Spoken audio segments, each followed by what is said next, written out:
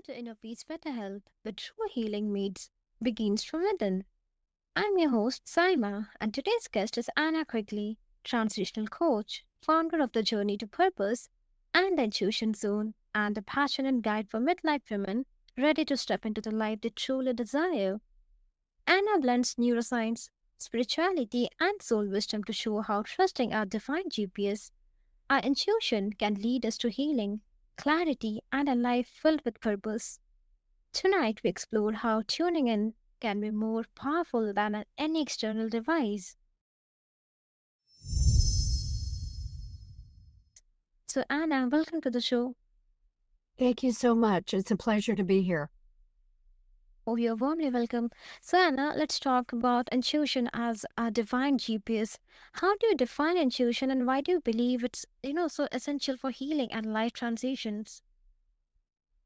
Intuition is something that we are born with. I've talked to people that say, "Oh, I don't have intuition," but I use the example of the GPS in our car. That generally comes as standard equipment, and so does our intuition. It's built into us and it's available to all of us to use. So I consider it a divine gift. It comes with our life and it comes to enhance our life. It's such an extraordinary tool, and it's always guiding us to our highest and best situation and circumstances, even though we don't always get to know why. I like to think of it too as our God positioning system, our GPS, our internal GPS. And like the GPS in our car, all we have to do is be clear on what our destination is. Where do we want to go? What's the end result that we want? And like the car's GPS, we've learned to trust that it's going to take us to that destination. We don't have to tell it how to do it. We don't have to give it specific instructions as to what street to take or what turn to take. We've learned and we trust now that it's just going to get us there. Maybe a different route, but it will do that. And that's also possible with our divine GPS, our internal guidance, our intuition. It's not necessary to try and control all of it, but when we become truly clear on what our purpose is or on wanting to even find our purpose, and we trust and surrender, let go, circumstances and events and opportunities will rise up to help us reach that destination. It's pretty amazing and wonderful. Mm-hmm. Yeah, I completely agree. So, was there a time when trusting your intuition led you down an unexpected but beautiful path? Oh, absolutely. I was living in my dream, really, in San Francisco, California. And I had a wonderful job, great friends, a beautiful home. Everything was as I desired. And within a couple of months, it seems my entire life started falling apart. I was laid off from my job due to industry changes, ended up in a not a legal situation with the person that I co-owned my building with. And this beautiful, perfect life that I had just started unraveling. I had to go deep into my intuition. I really had to take some breath, do some meditating, and tap into the intuition to see what is going on. Where am I being led? What's happening? And I'll share, this was interesting because I've studied a lot and done a lot of meditation and spiritual mind work. And the first thing that came to my mind for gaining clarity, I said, I want to go to a mountaintop and meditate. Within 2 days, my cousin called and invited me to an ashram in India. And it happened to be on top of a mountain. So that was a pretty good sign that I was going in the right direction to a place that would allow me to find clarity. And that's exactly what happened. I had a wonderful trip to India, and I came home with the clarity, not of the entire path in front of me. That rarely happens. But I did come home knowing it was time for me to move, to change locations. And I did that. I took a giant leap of faith and I sold my house and I moved north. I moved up to Washington State. And once there, again, I was presented with what do I do? I followed my faith, I followed my intuition, my guidance, but I need a job. I need to know what's next for me. Again, I tapped into my intuition and got clarity on my next job. It ended up being one of the most wonderful and rewarding uh, opportunities that I've ever had. I started a business from there and was able to keep that going very successfully for about 8 years. So it wasn't planned. And had things stayed the same as they were when I was living in San Francisco, I never would have had that opportunity. I never would have had that experience. So I'm extraordinarily grateful. I'm divinely grateful for that guidance and that intuition that took me to that new opportunity. You know, that clarity that intuition often knows before logic catches up is so affirming, right? Absolutely. And that's where I think it's divine guidance. I believe we come in with some sort of a plan into this life for our lives, what we need to learn to grow, how we need to grow spiritually. And intuition kind of guides us in those areas and helps us with changes. It's so easy to get comfortable in our lives and not want to step into the next part of our lives. And in my business, I work with people in midlife, women particularly, who, probably spent most of their life taking care of the family or doing a job and feel an inkling like there's something more, but really aren't clear on what it is or even how to get there. And that's one of the gifts. I've done this actually now 3 times in my life. So I am able to help with not only my understanding and my training of meditation and mind body techniques, my understanding of intuition and how it can help.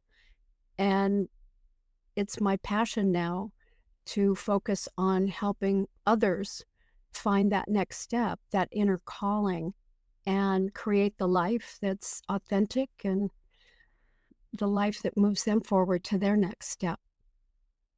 You blend neuroscience with spirituality in your work, right? So, Absolutely. how does understanding the brain help deepen our trust and intrusive wisdom? When we understand how intuition speaks to us, I think it gives us more confidence in what's going on. I've learned in my research, and I'm not a scientist, but I love understanding the how and the why. And what I learned is that we receive about 11 million pieces of information every second. And one thing that surprised me when I was doing this research is that only about 1% of it is picked up in our brain. The rest, that 99%, is picked up in our senses. And this really starts to make sense when we learn to realize that our intuition is speaking to us through our senses, that inner knowing, that little quiet whisper that sometimes tells you to, you know, go to this particular location instead of something that you had planned. Maybe you run into someone that you've been wanting to talk to. It's the gut feeling, those butterflies or the chills that we get when something's really good. We know it's a confirmation of something right. And for me, understanding that there's scientific evidence and reason for this.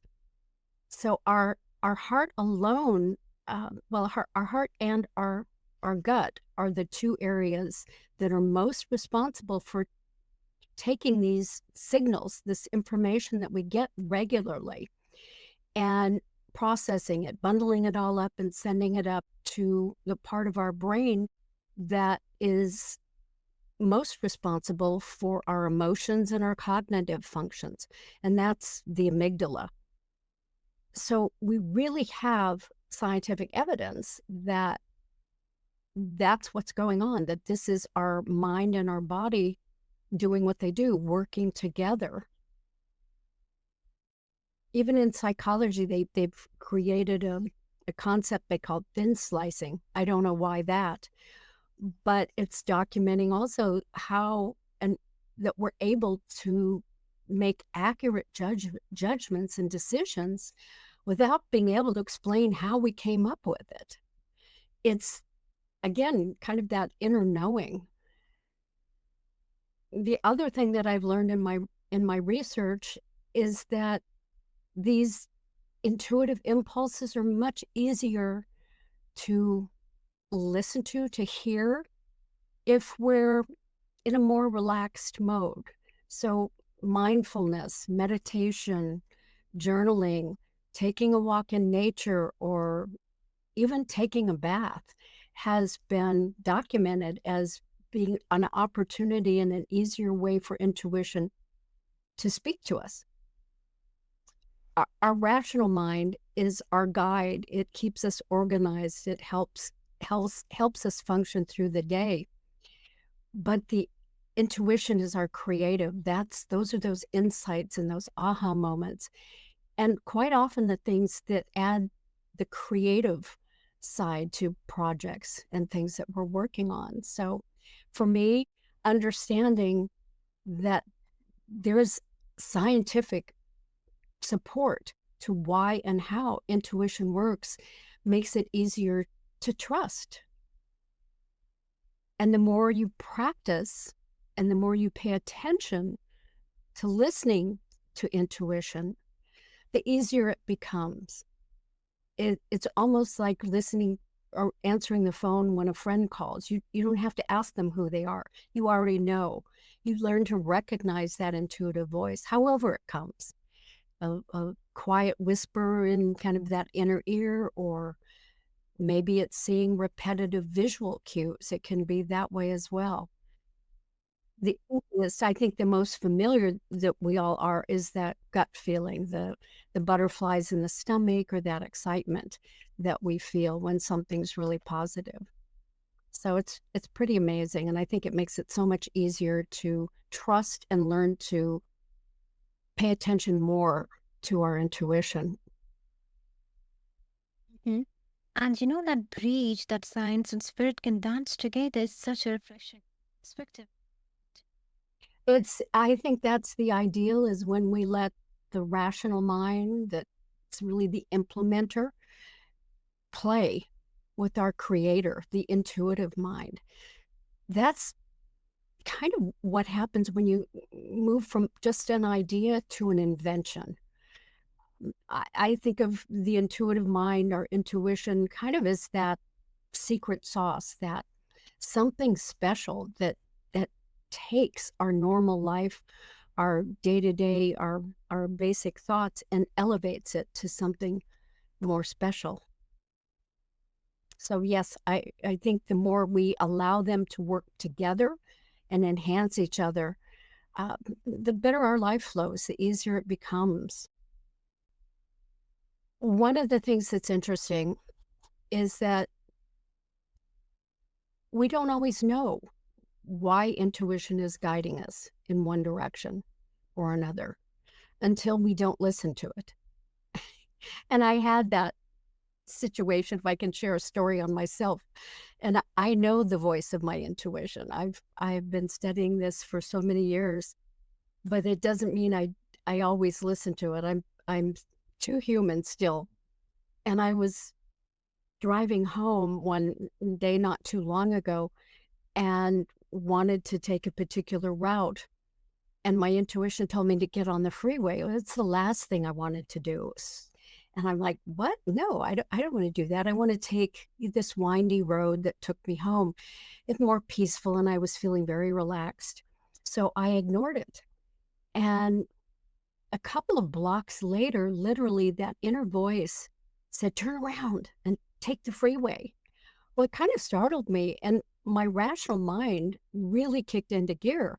And it's like, no, we had a plan. This is how you're going to go. You're going to take the relaxed road. And okay, my rational mind, which sometimes can be a little bit of a bully, but my rational mind took over and I ignored my intuition for a second time. Well, not too long after that, I ran into major road construction and I was delayed getting home probably a half an hour. I had to laugh because I know better and I know that voice, and yet I still ignored it.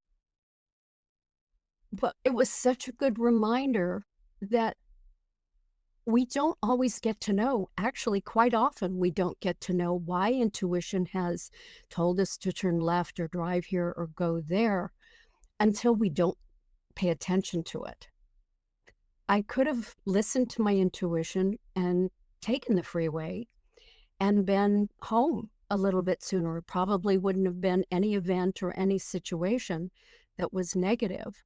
But because I didn't listen to it, I got to learn firsthand what intuition was protecting me from, in a way, what it was guiding me past, making my life a little bit smoother, my road home definitely easier. It was a good lesson and a good reminder. That completely makes sense, Anna. Now, for someone listening, lost or disconnected from the path, what first step would you invite them to take toward activating the divine GPS? Allowing themselves to get into less stressful environment, getting into nature, even just taking a walk around your neighborhood. Inventions have been created by people taking a bath. You can, in the shower, you're kind of relaxed in your rational mind. You're not usually planning the day, and we often get insights that way. But I suggest, if people are really getting to know their intuition and how these signals come through them to them, that they start tracking. And I offer a tracking sheet on my website. And make a note when you get these intuitive impulses. How did it come? Was it a repetitive visual image, or did you have a gut feeling? Was it that little quiet voice, or sometimes it's a loud one protecting us? How did it come? And what happened? Did anything happen? And if you didn't listen to it, did you get stuck in traffic like I did? The more you do that, and listening to intuition's a skill. And like any skill, the more you practice it, the easier it becomes to learn to listen to. So that would be the first step. And let yourself spend time in nature. Journaling is good, meditation certainly. And learn to pay attention to your dreams, because who hasn't woken up in the morning with an idea or a solution to a problem or a situation that they've needed help with? And that's because the rational mind was quieted down and our intuitive mind was able to be heard. hmm That's going to surely be beneficial for all our listeners. Anna, you reminded us that the answers we seek are not outside, they are already inside us, waiting patiently for us to listen. Healing begins when we trust that quiet, persistent voice within. So, all our listeners, here's your spark.